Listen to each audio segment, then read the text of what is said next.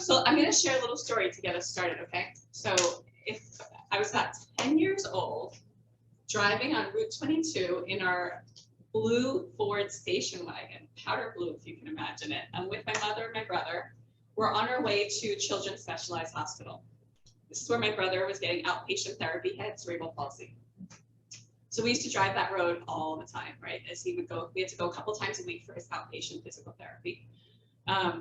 And so then fast forward, you know, my brother, he's about 30, and I get this phone call while I'm at actually a conference. I used to work for Johnson & Johnson at the time. And I'm in Puerto Rico for some market research, and I get a call that my brother's in the hospital. And it was like the worst night, I think, ever, because I couldn't get home right away. I couldn't get a flight till the next morning. But unfortunately, that started the downturn in his health. So it was 3 years in and out of hospital at that point in his life. And during all that time, my brother, you know, amazing. Like I would come from work, we had a shift, we had this thing in our house that he was never to be in the hospital alone for like even a minute. So we had a rotation. It was, you know, my parents, me, my husband, and we had a rotation always of who was going to be there for coverage. And I'd go after work, my husband would go after work, and my parents would be able to do the day. So I'd get there after work, and he would say to me, you know, and he couldn't talk, he was intubated by now, okay? So he couldn't even talk, but he would mouth the words, "Did you eat?" I was like, how could you possibly be wondering if I ate when you can't eat a darn thing, you can't move, you can't do anything, right? So this is the, you know, the legacy that I remember. My brother, unfortunately, in 2005, he passed away. So he passed away in 2005. And so at that point, it was, what am I going to do to honor his legacy at this point, right? Because that's the kind of person he was, like always putting other people first, always thinking about others, and always smiling when he could.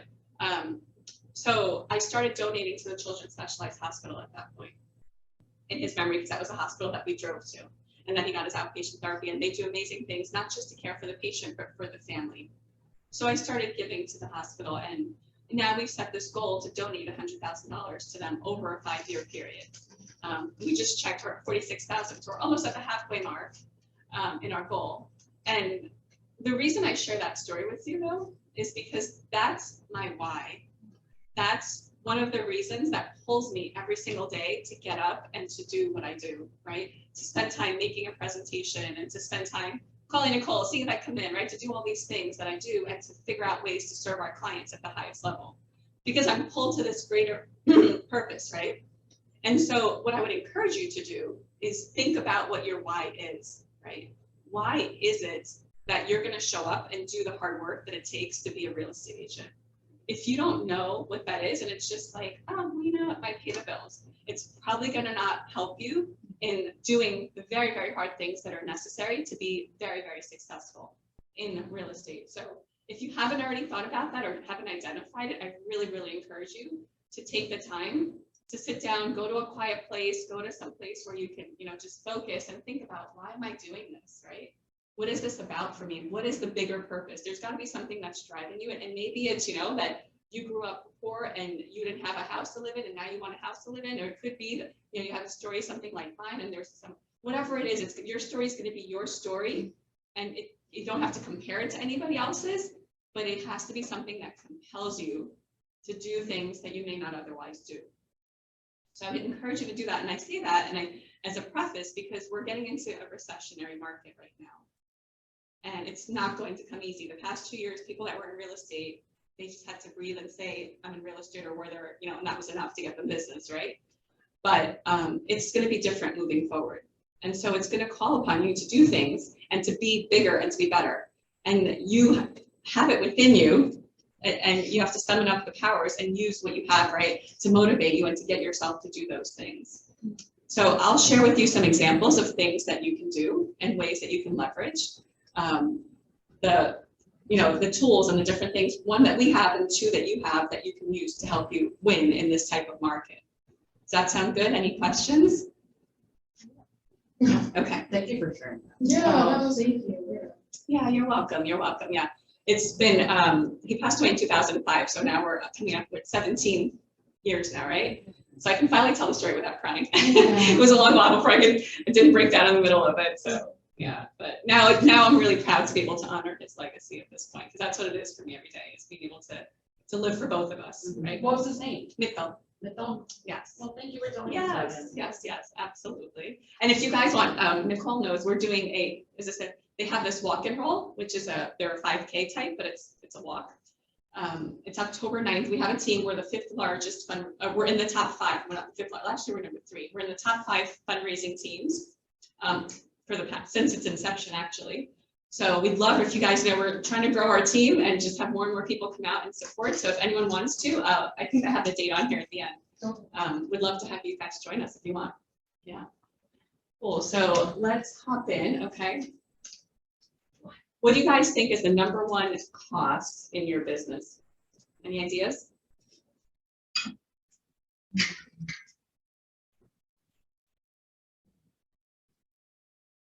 Just throw some things out. You don't have to be right. Don't worry. Go ahead. Or time. Time? What did you say, Nicole? Board dues. Board dues? Okay. So I'm going to give you another perspective, and time is sort of related. You're on the right path with what I was going to say, if you don't mind, Nicole. Go into the next one. Yeah, thank you. Or I can do it if you want. No, okay. It's missed opportunities. Okay. It's actually missed opportunities. So if you're not doing something, know that your competition probably is.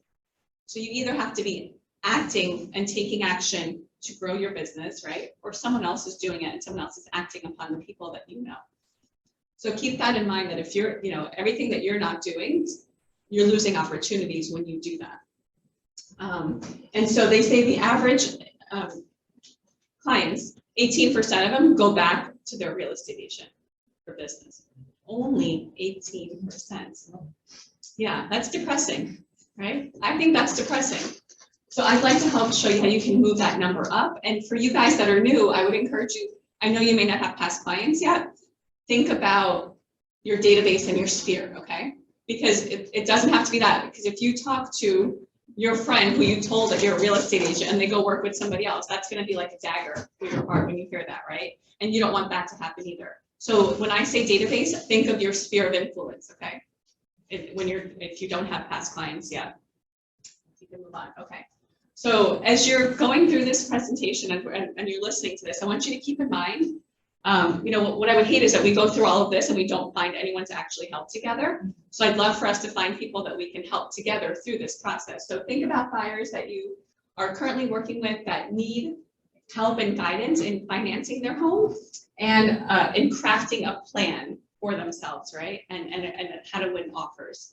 Think about people that you're working with that may have put in an offer and backed out, and that may, because they got scared of the numbers, potentially, or because they were out, bidding too high or something like that. And what homeowners have you talked to in the past year that may have expressed interest but ended up not doing anything? And which buyers have you tried to work with but you weren't able to because you needed help in conveying a message to them or in helping them understand that you were a great fit? Okay, so keep those people in mind. You can jot them down on a piece of paper as we go along if you like. So if you don't mind, Nicole, thank you. And so now the next question is, do you know how much your database is worth, right? And again, your sphere of influence, your database. Any ideas on that? No. All right, I'll show you on the next one. So if you look at the left side here, I hope no one caught the fact that I just put a little L because I still get my lefts and rights confused. So they say that the average homeowner moves every 10 years, okay? So if that average homeowner moves every 10 years, that means that 10% of the people in your sphere of influence or in your database are moving every year. So 10% of the people that you know are taking some action this year is what that means, okay? So that's your opportunity. So how big is that database? And how often are you continually adding value to those people so that, and protecting them as your clients so that you can be helping predict their decisions and being in front of them when they are ready? All 100% are not going to be ready every year. 10% are, but you need to be in front of them when that happens, right? And as you're doing business, are you working to build a transactional business or is it about relationships? You can imagine that the relationship business is going to take you a lot further, right, than just a transactional one. So here are some things that we do that you can leverage to help you build a relationship business, add value, and be in front of them and pick up that extra 10% that are always in flux in your among your database. We use something called Art of Homeownership that I'll tell you about. Mortgage Coach and HomeBot are some of the primary tools that we use, and I'll walk you through how you can leverage these things. And again, the question becomes, how valuable are you as a real estate professional after closing? Most people are focused on during closing, although that's important. As far as being able to be around them and to be able to leverage this database of yours, it's more important what you're doing after closing. And I will tell you, out of all the real estate agents that I talk to, and I talk to a lot, I would say 3% are actually adding value post-closing. So you have a huge opportunity if you can show up as an agent that's adding value. And really, are you helping your clients own a home at the best, highest level, right? Are you helping them be successful as homeowners once they are homeowners? Whether you've helped them on the buy side or the sell side, by the way, right? Because even as sellers, they're typically going on to buy something else. And whether you helped them with that buy or whether they bought whatever it may be or it's out of state, you can still be a resource for them. Because if they moved out of someplace in your area, they know people in that area too. Even if they're never going to be your client, they know people that will. So you continuing to add value to them obviously is wonderful, because they're going to continue to think of you on a regular basis, not just as, oh yes, Tiffany did a great job back in 2010 when I sold my house, right? But she's still helping me now. So I'll show you how you can be that type of agent, right? So we have this platform we call Art of Homeownership. Oh, and our first QR code is here. So you can actually scan that and you can sign up for the service yourself so you can see what it's like, okay? We have oh yeah, there's a home concierge service that our clients get, okay? There's monthly wealth digest that they get, and I'll explain more about that. They get annual financial reviews. We give them a perfect mortgage promise. We help them with relocation technology, and we help them maximize their wealth through real estate. So this is what we do for all of our clients and all the people that we ever interact with, okay? So again, if you scan the QR code, you are welcome to sign up for it for yourself right now if you want it, or whenever you want to, but it's My Art of Homeownership is the website too. It's pretty simple. That's what it's called. My Art of Homeownership. Yeah, it's called. If the website is called My, just make sure you put the My in front of it. Mm-hmm. And then you can sign up and you can leverage these services for yourself, and you can see what it's like for yourself. And then anytime you have clients, you are welcome to share that with them and put them into it. Even if they're thinking about buying a home, we have a whole platform on this that helps with people that are thinking about buying and renters. And we have a part of it that is for home buyers. So it covers both spectrums. We'll help you get ready, or we'll help you be successful wherever you are in the process. And so this has been a wonderful tool that we've been using that's helped us really just not just show up once, right, but show up over and over again in value. So if we go to the next one, I'll tell you a little bit more about this, right? So HomeBot allows you to position yourself as a mortgage expert. I don't know if you guys have heard about this tool, but this is one of the resources we use within Art of Homeownership. We provide our clients with a monthly real estate digest with 85% open rate. Wow. That's insane, unheard of. What that tells you though, that it's valuable to them, because every month they're getting this and they're still opening it 85% of the time. Right. So clearly it's something that they value. We do, when we do the annual financial reviews and we check in on how their tools are helping them, and they'll say, oh yeah, I get it. And I go, this is the tool that they love the most out of the things that they have ongoing. And so it gives them, as you see, an estimated value of the house, which, the cool thing about it for you as a real estate agent is because they can pop in here and they can say, we want to get an updated value. And then we come to you and say, give them a CMA, right? So now you have an opportunity to interact with their client. And when they ask for the value, something's going on, right? And so it might be an opportunity, it might be an indication that they might be thinking about selling their home or something like that. So, and they're not getting wrong ideas from Zillow. And they're not getting wrong ideas from Zillow. So we're trying to get them back. And this number is, that number is never going to be 100%. We tell them that, by the way. We're like, it's a gauge in the direction, and that's how you should use that. Don't use it as an exact number. And if you go to the next one, I'll show you a couple more things that they have in there.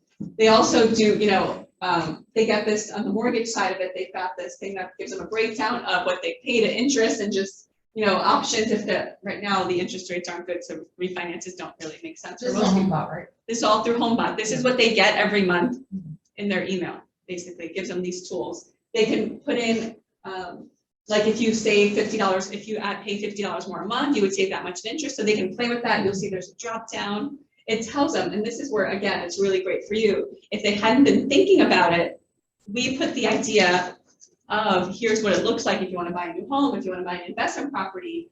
So now if maybe they thought it was out of reach, they see this and they're like, oh, maybe I can. And so we can engage in a conversation. If it makes sense, then we help them do it. But sometimes people are scared and they don't think that it's possible. So this helps us show them how it's possible, because they may be wanting to, but they just didn't know how. So we're going to be able to show them things like that through this. And then, so what we can do is partner with you on HomeBot. So we have a HomeBot, I have an account. You can, there's a free version that you can log on to and take advantage of, which lets you put 25 people in a month. There's a paid version where you have to pay a little bit more because of RESPA, we can only do so much. Then where you pay a little bit and we still pay the bulk of it, but you pay a little bit and you get more services and unlimited people. So that's something that you can do as well. So this is, I think, an absolute game. When I started using it maybe 3 years ago, and it's so wonderful because I feel like I'm delivering more to my clients, right? I know I am, and I don't just feel it. I should really change that word, because when I do my annual reviews, they tell me. This is blowing my mind. Yeah, I bought a house a year ago, and I wish I had this for my. Well, you still get it. Yeah, I know. and that's the thing, and that's the point, Nicole. Yes, That's exactly it. Most agents aren't doing it. So you're doing something like this, boom, right? Absolutely. Yeah, it's just totally set you apart. So definitely the one before, Nicole, whenever you want, do the My Art of Homeownership, and you can still, you'll get all these tools through us. So you can have them. Great. Love it. Yeah, so you guys, again, if you own homes, don't own homes, whatever, you can leverage all these tools through us, But we want you to be able to offer it to your clients so you can do it for your business too, right? So the next one is, this is the home concierge, okay? So we also give a home concierge service. The home concierge service, the intention of that is to help folks maintain their homes at a high level, and to, while they're doing that, grow their wealth over time, okay? And the super cool thing I think about the home concierge service is whenever you go to sell your home, so let's say, Nicole, you sell your house in 5 years. And in the meantime, you've been uploading all your receipts, all the work you've done in the time that you've owned that home. You've been documenting your maintenance, you've been doing everything and keeping all your records in here. Well, then now you can give this to your buyer of your home. And when you're giving this to your buyer, you're saying, I'm selling my home with the home concierge service. So you can sell your house for more money simply by sharing all of that, right? And it's going to remind you to do all the things that you need to do. So it's really, really the second thing that I get the most feedback on. So that's a pretty cool part of it too. Any questions on that before I move on to a different? So they don't have to use you as a lender to be able to take advantage of the My Home. The My Art of Homeownership. My Art of Homeownership, yes. Well, everything. So yeah. So if you have a cash buyer, yes, you can still. Yes. Okay. You can absolutely. Yeah, absolutely. And so, yep, you can do that for sure. Yeah. They will get stuff that's branded with my name on it though, like when the HomeBot comes in, you write my name on it. So well, because they're good for referrals too. Yes, exactly. But yes, you can absolutely use it for other folks too. Yeah, and you're welcome if you go to that My Art of Homeownership, you can put any clients you have. You're welcome to drop them in, and then what the cool thing is, then we're following up with them. If they come back to us and say, oh well, I got it from, oh my gosh, I just forgot your name, Sinu. Sinu, yeah. Yeah, it's okay. So if I got it from Sinu, then you can, they'll say, oh well, how did you hear about it? Through Sinu. Oh great, okay, and maybe you're not in touch with them, Sinu, right? Yeah. So then we're gonna say, okay, we always ask, how did you hear about us? What did you And so they'll tell us your name, and so then we're going to say, okay, great, let me connect you. And they say they don't have a real estate agent because they kind of forgot. Well, we've got one for you, and it's Sydney because she's the one that introduced you to us, right? So we are follow up like crazy on our database, and so this will allow us to help you manage that too. And if there's an opportunity, then we just come back to you and say, all right, we've got something, This is through the article of homeownership, where we could access the HomeBot. Yes. So there's two things. So the clients will access it, and they have through Art of Homeownership. It's one of our components of our homeownership is HomeBot. So yeah, so as a client, that's part of their package. If you wanted to use it as an agent, then you want to go to that second link where we can have you sign up as an agent. Then we'd be creating an account for you as a real estate agent. And that would be a different thing. So there's two different components to it. There's this, yeah, does that make sense? Did I answer Yeah, that? but like, would it be different for both of them? Like the database? Using it- Yes, so if you said, so the art, so there's, yes. So art of homeownership includes all those components that I showed you, the home concierge, monthly wealth digest, which is one by the client, the annual reviews and all of that, right? Yeah. So when someone signs up for art of homeownership, they get all those things. So ideally you want to sign your clients up for all of it. But then the home bot is if they just want to get some pieces of it, you can sign up directly for that too. Separately. But you can sign up as an agent for HomeBot, right? With us sponsoring you basically. And then you can add people and have your name on it too. That's the difference. So if you sign up, then it'll have your name too. Whereas the other stuff only has our name. Yeah. And the art of homeownership, we can add you also, by the way, we can talk about if you want to partner on that. It's a way, that's a pricey endeavor because there's so many components to it. So if you want to talk, we can talk offline about that, but that's a bigger commitment. So, But they don't have to manually send the emails every month for HomeBot, no, right? yes. So they're just partnering with you to create that account, 25 a month. They sign somebody up and then they don't have to think about it. And an email gets sent out that has an 85% open rate. With their name on it. If they With signed your up. name on it. If you have signed up as an agent under it, it goes out with your name, an email with 85% open rate. That's Wow. exactly it. That's amazing. Yeah, it's a pretty cool, it's an amazing, I don't understand why more people don't do it. I don't either. I think it's a no-brainer. Yeah. So, the other part of it is that, you know, again, if you're talking about adding value post-closing and during, right? Like, how are we adding value to our clients? Because right now, if you've watched any of the news or anything, people have more equity in their homes than they've ever had. Okay? People are sitting on tons of equity. So are you educating your clients about what you can be doing to help them leverage their equity, right? So we use some tools, like Mortgage Coach. You've seen me put up these presentations, I think, in here before, but we use this tool. Graphs. Yes, the graphs, known as the graphs, yes.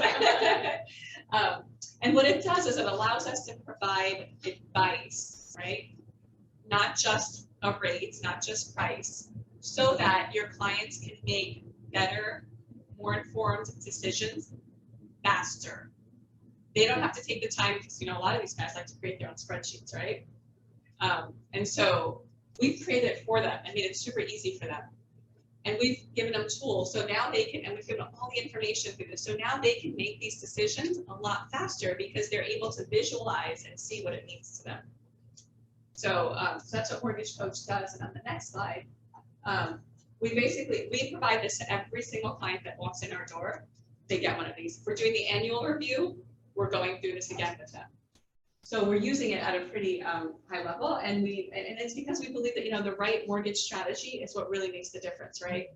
People will always tell you, oh, I got a low rate here, but let's say someone gives them a low rate and it's an FHA loan and they qualify for a conventional loan. Their monthly payment is probably better on a conventional loan, and they probably should be in a conventional loan depending on, you know, some factors. But let's say, in my example, that it does make more sense. But another lender has given them FHA, which has a better rate in this particular example. And they're like, well, I want that better rate. What they didn't realize that their PMI was way higher there. And, you know, their PMI is never going away when it could have, and all these other things. And so this loan would have been the right strategy for them, even though the other one seemed more appealing. So that's why I say the mortgage strategy is so important. And, you know, you can't blame a consumer, right? Because obviously that's what they know to ask about. What's your rate? What are your fees? That's all they know to ask about. And you can't blame them because that's what media tells them, that's what friends, family, everyone tells them. But the right mortgage strategy so makes a difference. And using a tool like this helps us convey those messages to them and help them understand all of that. So, and then if you don't mind the next one, when it's a refinance, for example, right, we will, let's see if I hyperlinked it well, Nicole, let's see if you can click on that. We give them a total cost analysis, and I'm techie, right, you guys? So if you scroll up, right, so this is an example of what a total cost analysis looks like on a refinance, okay? So, yeah, scroll down, yeah, just scroll down a little bit more so the whole thing shows, perfect. So you'll see the first column would be like, this is what their current loan looks like, right? So the current loan, they've got $326 as a balance, their monthly payment is $27.31, where it says payment. So they said, what if I refinance? If I refinance, my payment's gonna be $25.37. Sounds good. Then I show, and you'll see there's a cash out or cash to close it. So we did it such that they weren't gonna pay any money because everything was added to the loan. The next column, the third column, shows what if they did a 30-year fixed rate with, but then instead of taking back those savings of almost $200, you see it says $194.35 is what they invested it, and they invested those savings at a 7% rate. So now they're not saving everything every month, okay? But if you scroll down a little bit more for me, Nicole, all the way. It's blowing my mind. Good, that's the goal. A little bit more. There's another bar. Here we go. Down a little bit more, a little bit more. Okay, you see their net worth in 30 years. Okay. So you can see their net worth in 30 years. When they take that savings and they invest it, they've just maximized by over 200,000 their net worth by simply using this strategy. And there's no way for me to have conveyed this aside from here, right? Like this just conveys the message so clearly and beautifully. So I don't know how I ever lived without this tool before, because it just makes life so easy in explaining. And educating. Well, that's my point, because again, right advice, right? So when someone comes and says we want to refi, we don't just say, okay, sure, here it is. We go and we explain all of these things to them and say, all right, sure, yes, you can refi, but how about the question is, do you need to refi because you want to take advantage, or do you really need to lower your payment, right? Because sometimes you just want the best rate because it's available, and obviously you should. But like if you didn't really need to save $200 a month, you didn't have another purpose for it, let's take that $200, build your retirement, right? And let's grow that and grow your equity in the meantime. So we'll show them how to do things like that. Or if they wanted to pay off their loan faster and they said, well, you know what, I'm retiring in 10 years, I want to own the house free and clear. We would have shown them, let's take that $200, pay back the mortgage, and how much faster you're going to be done with your mortgage. So we would show them different things depending on their scenario. This particular client was, didn't need any of that, so we went this way with them. And then if we scroll back up again, sorry, we also showed them what happens if you were to cash out on the equity in your home. So up a little more. A little bit more. There we go. Okay. The 30-year fixed cash out. The 30-year fixed cash out. Okay, because they had so much equity in their house. What if they went and took out a little bit of money, and you'll see it's $58,000 they can take out. And again, I could have shown how much they can. What happens if they go and they invest that $58,000, right? Or if they use that money to go and buy as a down payment to buy another investment property, right? So there's so much that they could have done with that, or maybe they need renovations on their house. The payment only went up $86, and they've got $59,000 now to do, what they want with it, given those up. And again, we would have probably had a conversation and figured out what their interests are, and that's why I would have put that in. So this is the kind of conversation you want your clients to have with their lender, because that's what's going to make you look good, right? Continually, even if it's, again, a conversation on a refinance. When we do an annual review, I've only now started. After we do it, we go and we give an update to the realtor. Because then what I found is it's prompting you to check in with the agent, with the client too. We did one, we found out that they had a baby. We called the realtor, we're like, did you know that so-and-so had a baby? No, I didn't know. All right, now, so they're gonna go and call them and congratulate them and send them a little, so now they're gonna look good and be like, oh wow, my realtor really cares about me. So we will, now we're starting to send a follow-up email to our clients after we have that. So then you can follow up and have a reason to call with something valuable to say. Yeah. Questions? I've been talking a lot. Pause. Can you tell me? I love this stuff too. No, it's really exciting. Just with the value that you're able to provide clients. Because like you say, there's so much misinformation out there. And who else is having these wealth building conversations with people? Most people are not in circles where they're having conversations about investing in wealth and what an added value that's going to be for them. Right. And that's the goal, because they're not trained to do that, right? Most people are not trained to do that.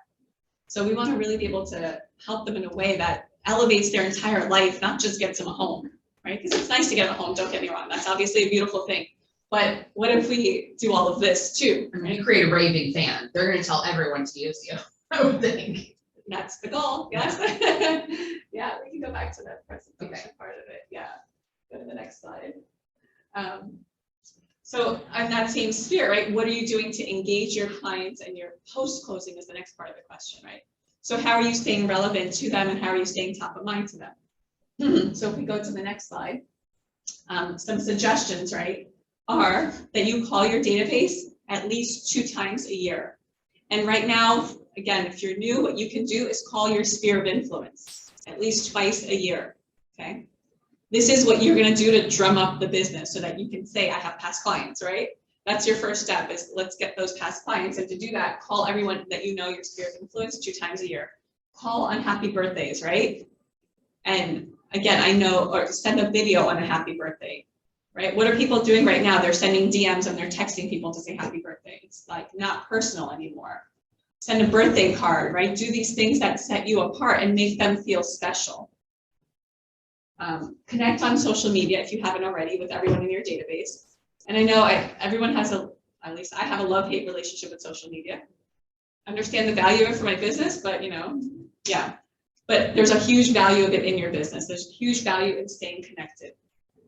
So if you've been thinking, I don't want to connect with them because that's my business and this is my personal, you've got to let that go, is what I'm going to say, right? Because you're going to be you when you meet these people. And you're going to share, you're going to tell them about your family, you're going to tell them about your pets, you're going to tell them about your Dallas Cowboys, you're going to talk about all those things, right? You're going to have those conversations, so you can do it here too. So, so just, you know, I would encourage you to do that, and then DM them, you know, throughout. Text your clients at least 4 times a year, right? It could just be, you know, it could be, hey, Labor Day is coming up. Have a great Labor Day weekend. I hope you have lots of fun. Like it could be something that simple. You don't have to think about something crazy, but you're staying top of mind is the goal. And then host client events. And they don't have to be fancy. They don't have to cost a lot of money. It can be a pizza party. It can be a picnic. It can be, you know, a yoga. I don't know, whatever you like to do. You can just meet at the park and say, hey, we're gonna go. I'm going apple picking. Why don't you all come with me, right? Like it could be whatever you want to do that you enjoy doing. Invite people along, or that you know that your sphere of influence likes to do. That's the other thing, right? I mean, if you like hiking and you know that no one in your sphere of influence likes to do that, and you like to hike up really steep mountains and you know that there's only like 2 people in the world that want to do that, maybe that's not it. But do something so that you can bring people together, have them think of you in a positive light. Okay? And remember, you aren't doing this, someone else is, okay? So someone else is talking and doing these things for your clients in your database. So if you're not doing it and you say, I don't want to do them, that's fine, but just know that someone else is doing it. So is it, you know, but and when they call, when you talk to your friend and they say, well, I went with so-and-so, it's because you didn't do, you know, you didn't stay in front of them. So you have no one else to, that's the cool thing about real estate, is that you have no one to blame but yourself if something doesn't work out. And the tough part. Yeah. That's why we call upon that why, you guys. That's why we call upon that why, because it helps us do these things that take a lot of time and effort. Yeah. Oh, upcoming events. Okay. I already told you about, I think, most of them. We have a CE class tomorrow. We have a coffee networking event. And if, again, the coffee networking event is just a fun, easy thing where you can have conversations with agents and just get a chance to learn and have more. And we do have the home inspectors coming too. Vitali's are coming there too, or Vitali team. And then we have a couple of charitable things that we're doing and get involved in as well. So you're welcome to join us for any one of those. Just let me know if you need info. And I think that should be it. Still have 2 more QR codes, you guys. I knew it. I knew you had another one. I know. I told you I had more. I told you. This just tells that's if you want, we do a client walkthrough, okay? So if you want to see what the client experience is like, if you want us to help you leverage some of these tools, we can set up a meeting. But if you want to see what the client experience is like and what we do for our clients, you can use that QR code to pick a date that works for you. It's a Calendly link, and you can go ahead and sign up for a 15-minute Zoom where I walk through with agents that are interested on what it's like to do business, you know, with us and how we serve our clients. And then the next one is my digital business card. There we go. That's a digital business card, and this is my team. So if you're working with us, know that Christy, Nancy, Aileen, they're the folks that are most likely engaging with your clients up front. So if you're referring us, you want to say call Pinky's team, not Pinky, just to be really clear, because It's a message I have to always do, because then they call and they say, I only want to talk to Pinky. It's not, Pinky's out doing things like this, so, you know. And Eileen is great. And Eileen is great, everyone is great, so they will help make sure that your clients are really well served, with using all the tools that we have and everything. And that's what I have for you guys. Questions? I don't have a question about that, but I was trying to register for the class for tomorrow. Uh-huh, And I'm looking at my like little pocket. uh-huh, And is my reference number my license number? yes, yeah, Yes, okay, all right. absolutely. Cool, well, thank you guys, and I have